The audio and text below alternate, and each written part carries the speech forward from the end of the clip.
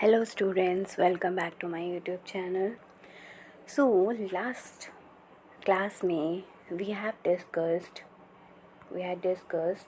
about psychology and mental processes and behavior. ये हमने video में हमने डिस्कस कर लिया था. And now we are starting with the new topic which is psychology as a discipline. So let's start with this topic.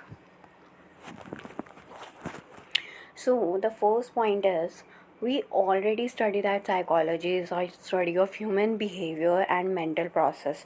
हम जानते हैं, हमने अभी प्रीवियस लेसन्स में पढ़ा है कि जो साइकोलॉजी है वो बेसिकली ह्यूमन बिहेवियर और मेंटल प्रोसेसेस के बारे में बताती है. ठीक है. सेकंड पॉइंट क्या है? It aims to understand why people think feel and behave in a certain way. ठीक है. सर्टेन वे में बेसिकली लोग क्या मतलब किस तरीके से सोचते हैं, किस तरीके से फील करते हैं, किस तरीके से बिहेव करते हैं, ये सारा का सारा बेसिकली हमें किससे पता चलता है? साइकोलॉजी से पता चलता है. एंड ये एक यंग साइंस है जो कि बेसिकली 1879 में जो है फाइंड आउट की गई थी. ठीक है. अब थोड़ा सा इसे इस टू स्ट्रीम्स ऑफ साइकोलॉजी, देखो इसकी टू स्ट्रीम्स होती हैं. एक तो biological approaches and the second one is social science approach, जिसे हम बेसिकली इलेबोरेट वे में पढ़ने वाले हैं. तो स्टार्ट करते हैं. ठीक है. सबसे पहला है हमारा बायोलॉजिकल अप्रोच. ठीक है. इसको स्टार्ट करने से पहले, इसको एक्सप्लेन करने से पहले मैं कुछ चीज़ें आपको बता देती हूँ कि ये बायोलॉजिकल अप्रोच होता क्या है. ठीक है. बायोलॉजिकल अप्रोच जो कि बेसिकली हमारी बॉडी के थ्रू रिएक्शन होता है. ठीक है. जैसे हमारी बॉडी में से केमिकल रिलीज़ होते हैं, हम स्ट्रेस में होते हैं तो तब कुछ केमिकल रिलीज़ होते हैं जो कि हमें स्ट्रेस देते हैं, या डिफरेंट फैक्टर्स कि अगर हमारी नींद नहीं कंप्लीट हो रही है या हमने अच्छी तरीके से न्यूट्रिशन नहीं लिया, मतलब हम किस तरीके से बायोलॉजिकल के बेसिस पे, ठीक है, बायोलॉजी के बेसिस पे हम रिएक्ट करते हैं, फील करते हैं, सोचते हैं. तो ये सारा का सारा बेसिकली हमारा बायोलॉजिकल अप्रोच में आता है कि हमारी बॉडी में कुछ चेंजेस हुए, उसकी तरफ से हम उसके थ्रू हम जो हैं हम फील कर रहे हैं, थिंक कर रहे हैं, बहुत से जो हम सर्टेन एक्शंस लेते हैं वो इसके बेसिस पर होता है. चलो अब इसको स्टार्ट करते हैं.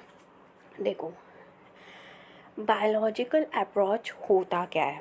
देखो looks at how our biology affects our behaviour, कि मतलब हमारी बॉडी, जो हमारी बायोलॉजी है, हमारे ऑर्गन्स, हमारे न्यूट्रिएंट्स, हमारी स्लीप्स मैनर, ये किस तरीके से हमारे बिहेवियर को इम्पैक्ट करते हैं. यही चीज़ बायोलॉजिकल अप्रोच में है. अब इसमें देखो ये क्वेश्चन तो ऑब्वियसली उठता है कि भाई किस तरीके से करेगा, तो ये समझने की ज़रूरत भी है. ठीक है. तो हम देखते हैं कि बेसिकली जो हमारी जो बायोलॉजी है वो किस तरीके से हमारे बिहेवियर को इम्पैक्ट करती है या अफेक्ट करती है. तो सबसे फर्स्ट जो आपका आता है वो होता है जेनेटिक्स. ठीक है. यानी कि हमारी पर्सनालिटी, हमारा मेंटल हेल्थ. एक एग्ज़ाम्पल जेनेटिक्स से लेके चलते हैं कि भाई अगर आपके पेरेंट्स जो हैं, मतलब अगर वो बहुत ज़्यादा बेसिकली एंजाइटी में रहते हैं, स्ट्रेस में रहते हैं, तो ऑब्वियसली सी बात है कि वो जो ट्रेड्स होंगे वो बच्चे में भी ट्रांसफ़र होंगे. राइट. ओके. अब ठीक है, पर्सनालिटी भी डेवलप, हमारी मेंटल हेल्थ किस तरीके से वर्क करती है. सेकंड है ब्रेन केमिस्ट्री. ठीक है. ऐसे बहुत से न्यूरो ट्रांसमीटर्स होते हैं जो कि हमारे मूड को, हमारे मोटिवेशन को क्या करते हैं, रेगुलेट करते हैं. ठीक है. स्ट्रेस हार्मोन्स को. अब यहाँ पे एक हार्मोन्स के बारे में ये बता रखा है. ठीक है, कि भाई ऑब्वियसली सी बात है कि अगर इमेजिन कर लो यार एग्ज़ाम है, तो जब हम तो उस टाइम पे कुछ केमिकल रिलीज़ होंगे जैसे कि एड्रेनलिन हो सकता है. ठीक है. तो वो हम जब वो केमिकल रिलीज़ होगा, जब वो हार्मोन रिलीज़ होगा, तो उस केसेस में हम बहुत ज़्यादा एंशियस क्या करेंगे, फील करेंगे. ठीक है. नेक्स्ट है ब्रेन स्ट्रक्चर. ठीक है. देखो regulating emotion, decision making, behaviour, इसको बहुत ज़्यादा वो क्या करता है, इम्पैक्ट करता है। दूसरे फैक्टर्स भी इम्पैक्ट करते हैं। अब ऐसा नहीं है कि भाई हमारी बॉडी केमिकल रिलीज़ करी जा रही है या हम बहुत ज़्यादा स्ट्रेस में हैं तो इस तरीके से। देखो, अब कई बार होता है कि हमारे जो रूटीन होता है वो भी बहुत ज़्यादा क्या करता है, इम्पैक्ट करता है, या हमारे जो न्यूट्रिशंस वैल्यू होते हैं वो भी बहुत ज़्यादा क्या करते हैं, हमारी हेल्थ पे, हमारी मेंटल हेल्थ पे बहुत ज़्यादा इम्पैक्ट करते हैं। जैसे फॉर एग्ज़ाम्पल, अगर आपकी नींद कंप्लीट नहीं हुई, राइट, तो उस केसेस में जब आपका नेक्स्ट डे स्टार्ट होगा तो वो काफ़ी ज़्यादा आपके लिए इरिटेटेड होगा, है ना।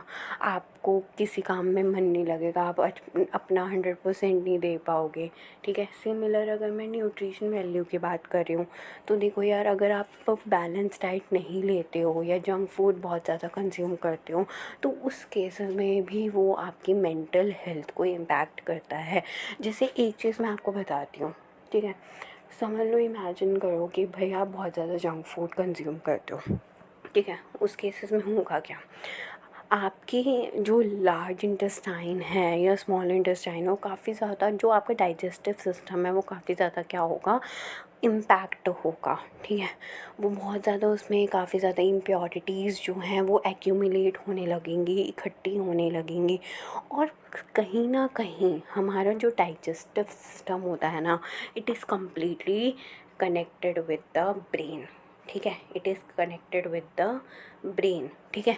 कई बार होता है ना जिसको बेसिकली कॉन्स्टिपेशन की प्रॉब्लम होती है, ठीक है, तो कहीं ना कहीं वो काफ़ी ज़्यादा इरिटेटेड रहता है, ठीक है, उसका काम में मन नहीं लगता, राइट। तो क्यों ऐसा होता है, क्योंकि उसका जो डाइजेस्टिव सिस्टम है वो कम्प्लीटली वर्क नहीं कर रहा है, अच्छे से काम नहीं कर रहा है, जिसका सीधा सीधा इम्पैक्ट उसके मेंटल हेल्थ पे पड़ रहा है। तो कहीं ना कहीं फिज़िकल हेल्थ जो है वो मेंटल हेल्थ से कनेक्टेड है, और जो मेंटल हेल्थ है वो मतलब इंटरडिपेंडेंट है। मेंटल हेल्थ जो है वो फिज़िकल हेल्थ पे डिपेंडेंट है, तो इंटरडिपेंडेंट है दोनों। अगर एक हेल्दी पर्सन अगर हम कंसिडरेट करें तो वो वही होगा जो फिज़िकली और मेंटली दोनों तरीक़ों से क्या हो, हेल्दी हो, ठीक है। अब हमने इसके बारे में इलेबोरेट वे में डिस्कस कर लिया है, तो अब थोड़ा सा नेक्स्ट फैक्टर पे चलते हैं, विच इज़ सोशल अप्रोच, ठीक है। सो स्टार्ट करते हैं।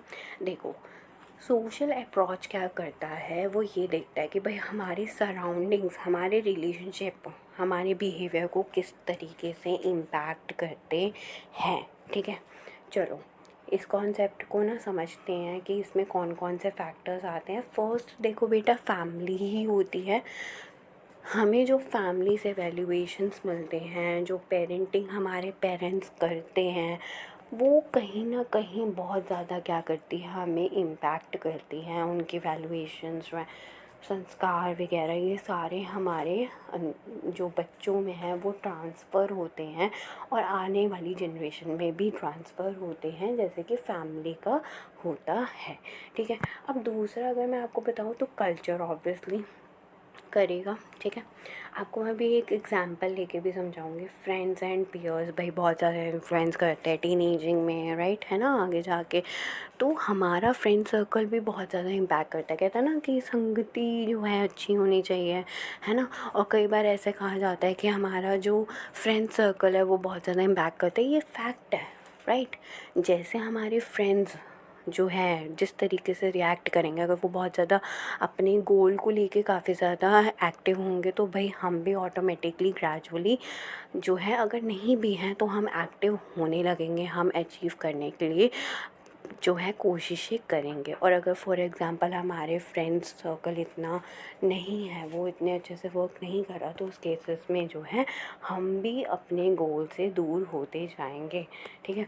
सो नेक्स्ट है observing others, learning by imitation. कई बार होता है कि हमें कोई पर्सनालिटी बहुत ज़्यादा पसंद आ जाती है, ठीक है, तो हम उनकी तरह जो है एक्ट करने लगते हैं, उनकी तरह रिएक्ट करने लगते हैं। बहुत सारी पर्सनालिटीज़ होती हैं, इन्फ्लुएंस्ड पर्सनालिटी होती है जो हमें इम्पैक्ट करती हैं, ठीक है।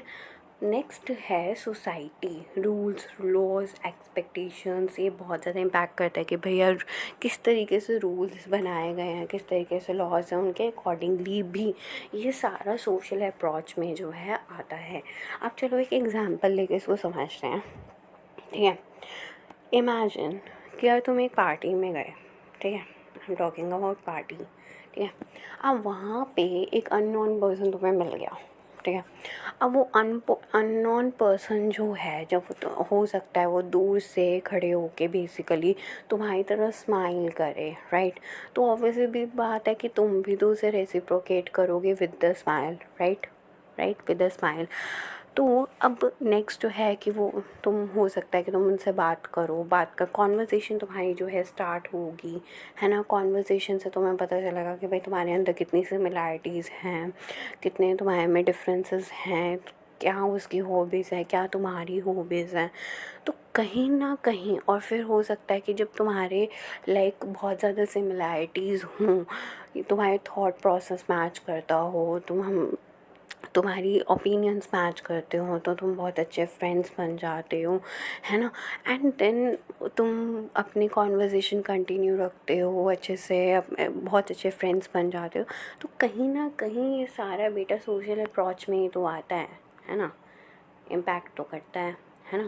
और ये हमारे बिहेवियर को बहुत ज़्यादा इम्पैक्ट करता है, समझ में। तो किस तरीके से बायोलॉजिकल और सोशल अप्रोचेस हमारी बिहेवियर को इम्पैक्ट करते हैं, आई होप अभी तक आपको समझ में आ गया होगा। अभी तक, अभी हम इस वीडियो में सिर्फ यहाँ तक ही डिस्कस करने वाले हैं, and further topics we will discuss in the next video, so stay tuned.